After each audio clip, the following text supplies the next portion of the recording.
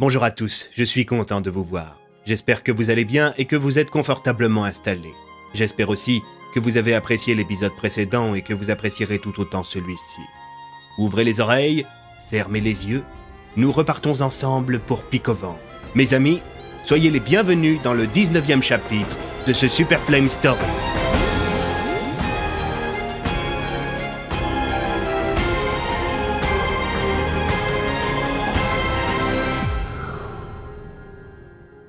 « 19 décembre. C'était la fin de journée.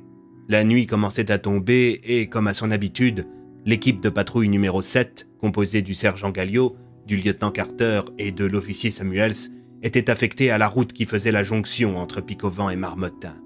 Comme le protocole Centurion était passé au niveau 2 depuis la rencontre de l'équipe avec le golem de sel, on leur avait confié un véhicule plus évolué et un chien.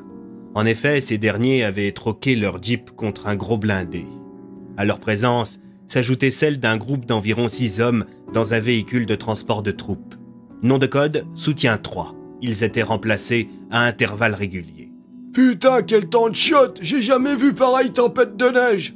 s'exclama Carter en ouvrant un thermos de café. « Je suis bien content qu'on soit au chaud dans le véhicule !»« Bon les gars, qui c'est qui va promener le clébard ?» demanda le sergent Galliot. « Sauf votre respect, sergent, plutôt crever que de sortir me geler les miches dehors !»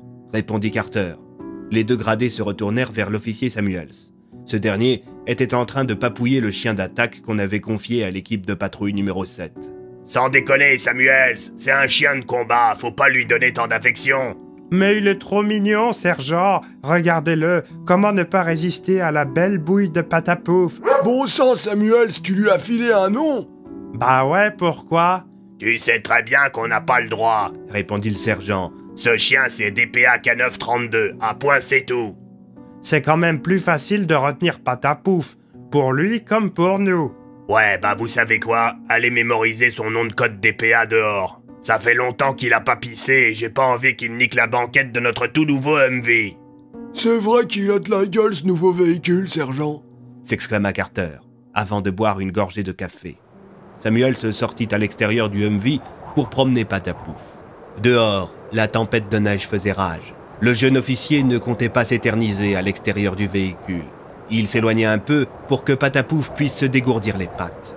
La progression de l'homme et de l'animal était considérablement ralentie par le blizzard. Patapouf semblait tirer Samuels vers de grands sapins. Soudain, dans le véhicule des supérieurs de Samuels, on entendit la radio grésiller. « Soutien 3 pour patrouille 7, y a du mouvement vers chez vous ?»« Ouais !» répondit Galliot.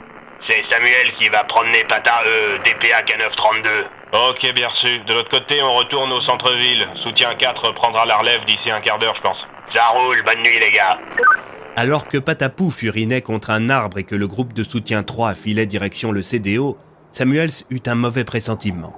Il faut dire que ça lui arrivait souvent, à peu près 2 ou 3 fois par soir. Mais ce soir, son pressentiment annonçait quelque chose de sérieux. Bientôt, Patapouf commença à tirer fort sur sa laisse. « Hé, où tu vas, Patapouf ?» demanda Samuels en suivant le chien qui semblait vouloir s'éloigner de la zone. Bientôt, le jeune officier comprit pourquoi le chien tirait tant sur sa laisse. Dans la tempête de neige, il vit une impressionnante silhouette se dessiner. Elle avançait lentement dans le blizzard.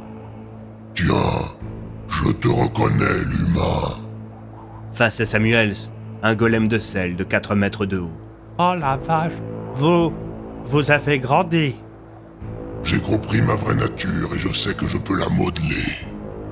Bon, bah je vais vous laisser alors, déclara Samuels en tirant sur la laisse de Patapouf qui se mit à grogner.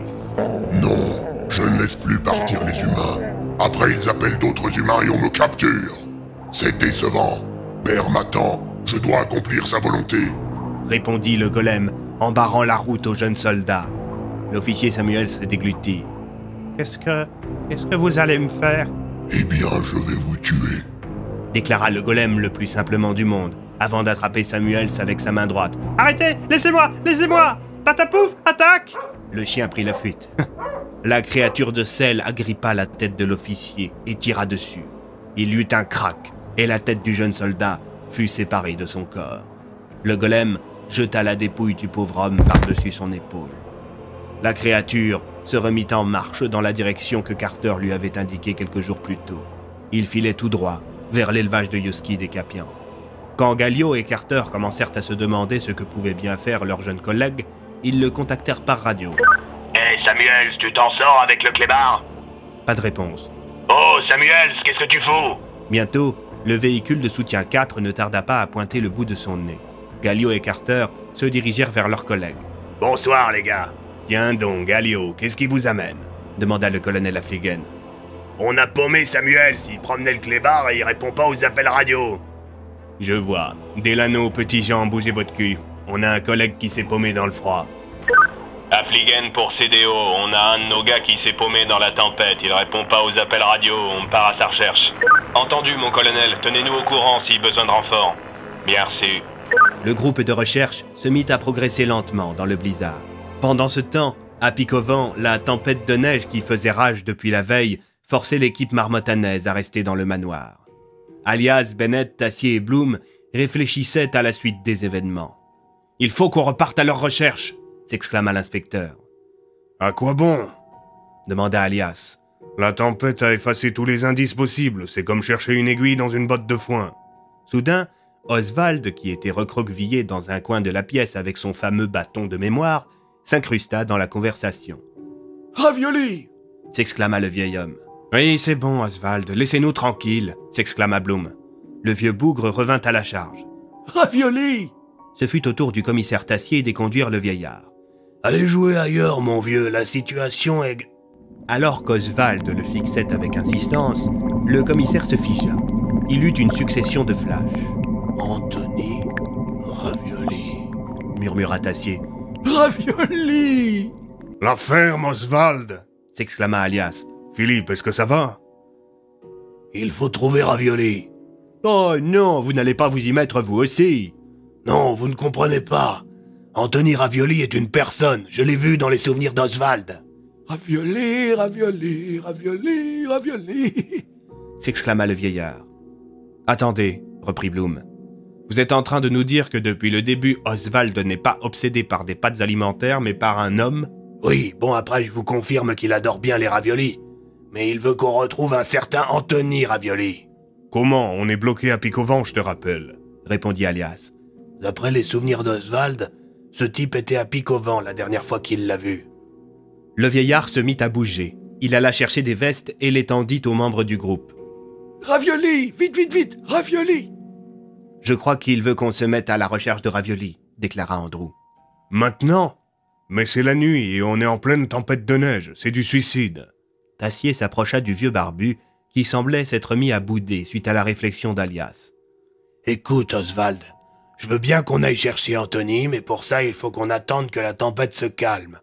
De nuit et en pleine tempête de neige, non seulement on ne va pas progresser vite, mais on risque de se paumer. » Le vieillard soupira.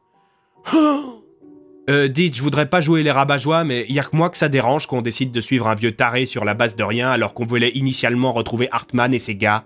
demanda Bloom. Oswald se dirigea vers l'inspecteur. Il semblait vouloir dire quelque chose, mais les mots avaient du mal à sortir de sa bouche. « Ravioli! Ravioli! Ravioli !»« Ouais, on sait !» Oswald s'énerva. « Ravioli! Colonel !»« Ah tiens, un nouveau mot. »« Trouvez Ravioli! Trouvez colonel !»« Inspecteur !» reprit Bennett. « Je crois qu'il essaie de vous dire qu'en trouvant Ravioli, on va retrouver le colonel. »« Par quel miracle ?» demanda Bloom. Tassier se rappela et expliqua. « D'après les souvenirs d'Oswald, Ravioli est un homme très particulier. Il a le pouvoir de savoir où et quand croiser certaines personnes. »« Voilà qui est intéressant, » déclara Bennett. « Je propose que nous partions demain matin, dès les premiers rayons du soleil. » Pendant ce temps, à Marmottin, le gigantesque golem de sel continuait d'avancer dans la tempête. Soudain, au loin, il entendit des aboiements. Il pensa d'abord que des soldats l'avaient retrouvé, avant de se rendre compte qu'il était arrivé devant l'élevage des Capiens. Il vit de la lumière émaner des fenêtres de la maison. Le golem, curieux, s'agenouilla et observa quelques instants. Il vit alors Madame Capian dans sa cuisine, en train de préparer à souper. Le golem hésita quelques instants. « Est-ce que cette humaine m'empêche d'accomplir la volonté de père ?» En d'autres termes, la créature hésitait à faire subir à Madame Capian le même sort qu'à l'officier Samuels. Bientôt, le golem entendit au loin un véhicule. Il décida de se remettre en route. Il pénétra dans la forêt située derrière la maison et se mit à chercher les fameux sapins repliés l'un sur l'autre. Comme cette version de lui-même faisait dans les 4 mètres de haut, le golem déracinait par mégarde quantité d'arbres tant il était grand et avait du mal à se faufiler entre les sapins. Quelques minutes passèrent et le monstre de sel trouva les 2 arbres. Il se mit à creuser et ne tarda pas à trouver le fameux coffre que lui avait demandé de ramener Boglov. Le golem jubilait. « Père, j'ai réussi. Vous serez fiers de moi. » La créature s'empara du coffre et se remit en marche. À quelques kilomètres de là, le groupe de soldats qui tentait de retrouver Samuels s'apprêtait à abandonner les recherches. Bon, Galio, je suis désolé, mais mes gars commencent à être crevés. On a quadrillé la quasi-totalité du secteur, on n'y voit que dalle et on se les gèle. On va pas tarder à rentrer, nous. Déclara le colonel Affligen. Vous voulez pas refaire un tour? On va quand même pas l'abandonner, ce pauvre Samuels. Ben, si ça vous botte, vous pouvez continuer de chercher avec Carter. Mais n'y passez pas la nuit, ça me ferait chier qu'on vous retrouve congelé demain. Entendu. Carter, ça joue pour toi? Ouais, faut bien qu'on retrouve le petit. Soudain, le sergent Galio entendit des aboiements. Il se dirigea dans leur direction. C'est alors qu'il aperçut Patapouf. Il s'était réfugié sous un arbre. Colonel, vous êtes toujours là? On allait démarrer le camion, mais oui, on est là. Qu'est-ce qui se passe? J'ai retrouvé le chien, il est plein de sang. Le colonel soupira. Affligen pour CDO, on a retrouvé le clébard. Apparemment, il est plein de sang. On va voir s'il peut retrouver Samuels. Ok, merci, bon courage. Le colonel et ses hommes quittèrent de nouveau le véhicule et se dirigèrent vers Galio, rejoint quelques instants plus tôt par Carter. Allez, Patapouf, il est où, Samuel? Vous avez filé un nom à DPA K932? Pas nous, Samuels. Pourquoi ça ne m'étonne pas? Le chien se mit à renifler et commença à se diriger vers le corps du pauvre Samuel. Il s'arrêta devant un petit monticule de neige qu'il n'avait cesse de renifler. « Chef, je crois que le corps de Samuel, c'est là-dessous !» s'exclama un soldat en commençant à retirer la couche de neige qui recouvrait le cadavre. « Et merde, on a retrouvé le corps de Samuels, mais où est sa tête, nom de Dieu ?» Soudain, Patapouf prit la fuite. « Bon, qu'est-ce qui lui prend au kleps ?» demanda Galio. C'est alors qu'une voix se mit à se faire entendre dans la tempête. « C'est moi qui ai arraché la tête de cet humain. » Juste derrière les soldats se trouvait le golem de sel. « Nom de Dieu, dégommez-moi ce machin !» ordonna Affligen. Le golem sourit et alors qu'un déluge de balles s'abattait sur lui, il balaya du revers de la main les soldats, les propulsant à plusieurs mètres de lui. Galio s'empara de sa radio. « Galio pour CDO, Galio pour CDO !» Il n'eut pas le temps de terminer. Il finit écrasé par la main du golem. Le monstre fit un massacre. Il tua un par un chacun des soldats qui étaient présents et reprit sa route, comme si de rien n'était. CDO pour Galio, vous avez tenté de nous joindre? Galio, vous êtes là? Eh oh, Galio? L'officier radio tenta de contacter tous les autres soldats qui étaient aux côtés d'Affligen et Galio, sans succès. Il se leva dans la précipitation et se rendit à l'espace de restauration réservé aux officiers. Phileas était en train de dîner avec les gradés. Face à lui se trouvait Klaus Sattler, le visage fermé. « Monsieur !»« Que se passe-t-il, Wilson ?» demanda Phileas en buvant une gorgée de vin. « On n'a plus aucun contact avec Patrouille 7 et Soutien 4, monsieur. On n'arrive à joindre personne. » Les gradés se regardèrent. Sattler afficha un rictus malsain. « Qu'attendez-vous pour agir, Phileas? La situation est inquiétante. »